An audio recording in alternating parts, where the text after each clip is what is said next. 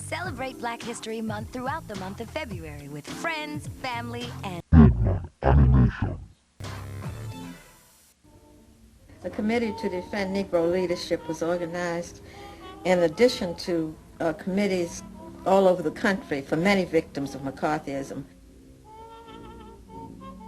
She was deported to Britain. She couldn't go back to Trinidad. Trinidad was a colony. Better to have her in London where they could watch her.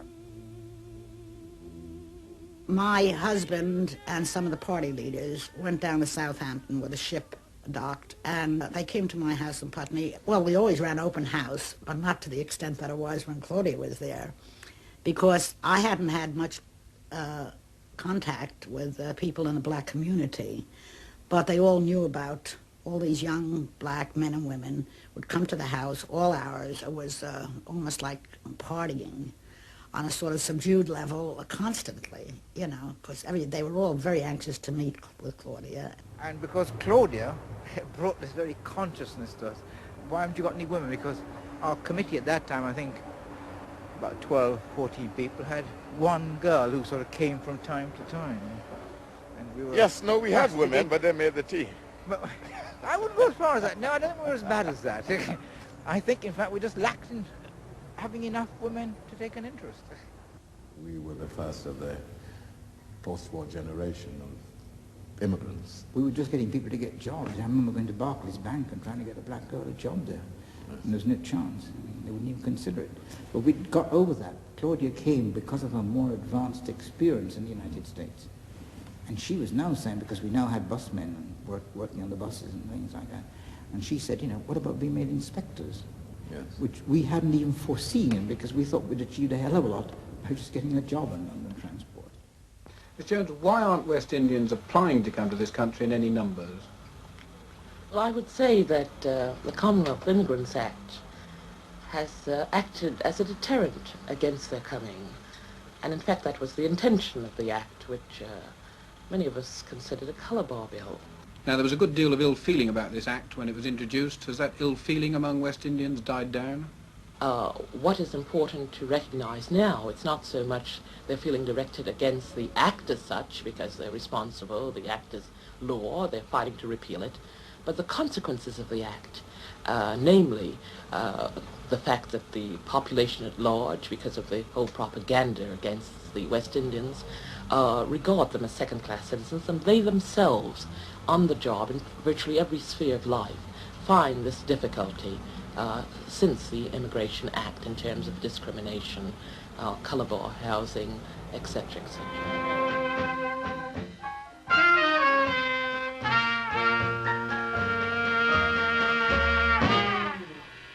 The sun's a-settin'. This is what I'm gonna sing. Sun's a-settin'. This is what I'm gonna sing.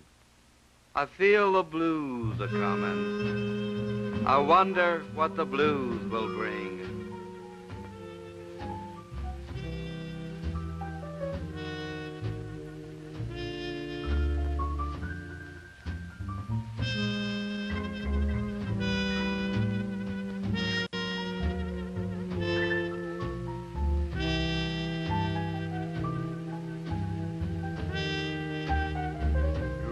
In a drowsy, syncopated tune, rocking back and forth to a mellow croon, I heard a Negro play.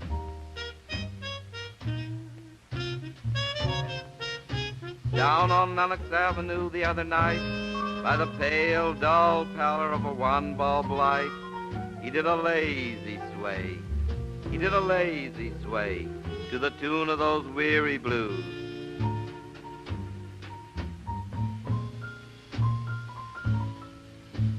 With his ebony hands on each ivory key, he made that poor piano moan with melody. Oh, blues. Swaying to and fro on his rickety stool, he played that sad, raggy tune like a musical fool. Sweet blues, coming from a black man's soul. Oh, blues.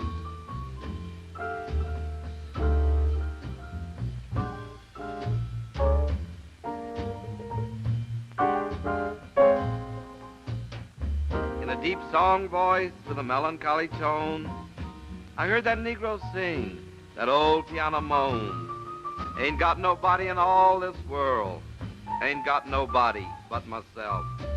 I was going to quit my frowning and put my troubles on the shelf. Thump, thump, thump, when he's put on the floor. He played a few chords, then he sang some more. I got the weary blues, I can't be satisfied. Got the weary blues, I can't be satisfied. I ain't happy no more, and I wish that I had died.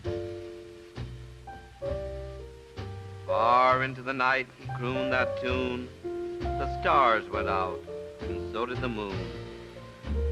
The singer stopped playing and went to bed, while the weary blues echoed through his head. He slept like a rock, or a man that's dead.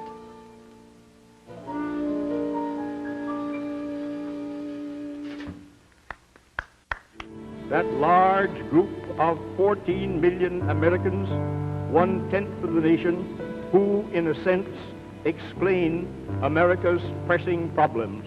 If you want to read something that applies to 1963, go back and get a volume of The Souls of Black Folks by Du Bois, published in 1903. Du Bois is so important to me because throughout his 95 years, he is a man who is constantly in the act of changing himself as the open reflection of an ever-changing world. Du Bois said we always have the double consciousness. We trying to be black, and meanwhile you got a white ghost hovering over your head that says, if you don't do this, you'll get killed. If you don't do this, you won't get no money. If you don't do this, nobody will think you're smart. You're trying to be black, and the ghost is telling you to be a ghost. Everyone seems to have their own Du Bois, but the span of his life and the breadth of his work make that inevitable. Just the facts are stunning. He was the first African American to earn a doctorate from Harvard University, one of the founders of urban sociology. His groundbreaking approach to history writing gave birth to a new school of historians. Politically, Du Bois's activism always seemed to anticipate struggles that followed. Many of my generation were unaware that his crucial role in the formation of the NAACP, the Pan-African movement, and the efforts to ban nuclear weapons paved the way for our own participation in the civil rights movement and the Vietnam War protests of the 1960s.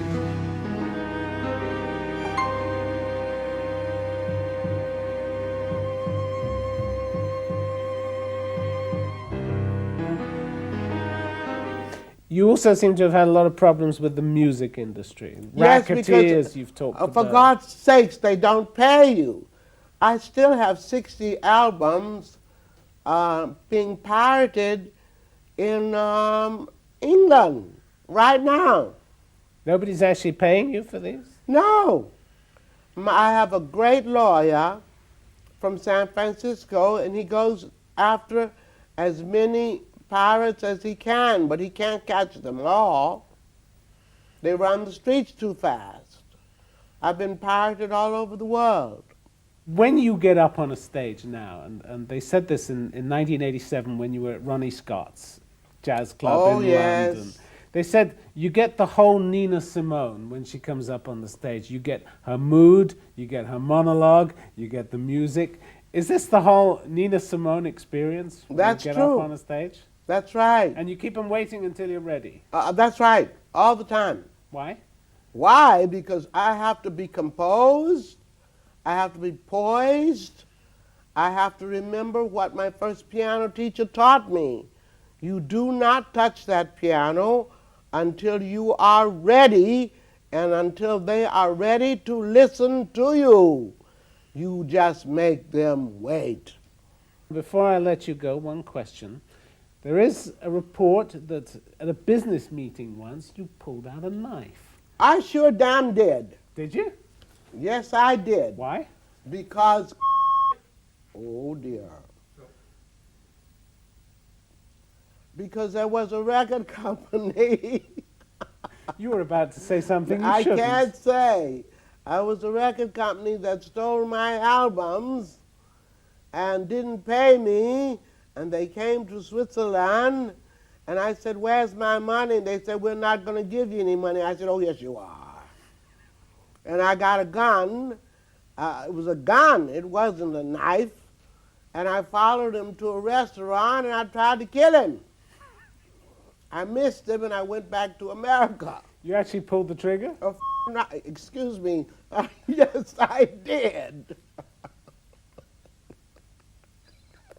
And felt better for it. Oh, yes. Sorry I didn't get him. The nation's most impressive Easter demonstration.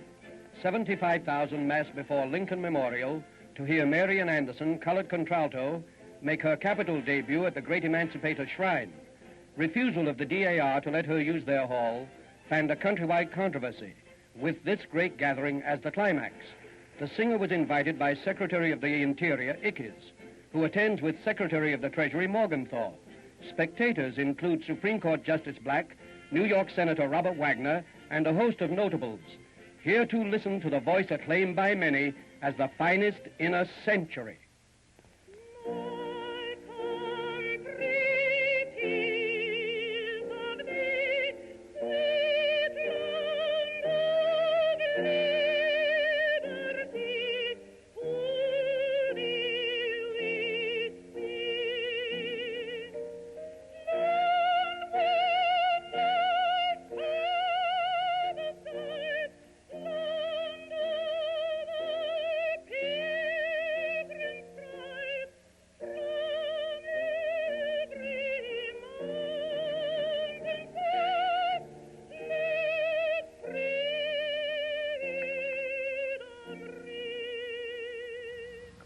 Fellow citizens, pardon me, and allow me to ask, why am I called upon to speak here today? What have I, or those I represent, to do with your national independence? Are the great principles of political freedom and of natural justice embodied in that Declaration of Independence extended to us? And am I, therefore, called upon to bring our humble offering to the national altar and to confess the benefits and express devout gratitude for the blessings resulting from your independence to us? I am not included within the pale of this glorious anniversary. Your high independence only reveals the immeasurable distance between us. The blessings in which you this day rejoice are not enjoyed in common. The rich inheritance of justice, liberty, prosperity, and independence bequeathed by your fathers is shared by you, not by me. The sunlight that brought life and healing to you has brought stripes and death to me. This 4th of July is yours, not mine. You may rejoice, I must mourn. To drag a man in fetters into the grand illuminated temple of liberty and call upon him to join you in joyous anthems were inhuman mockery and sacrilegious irony. Do you mean, citizens, to mock me by asking me to speak today? What, to the American slave, is your 4th of July?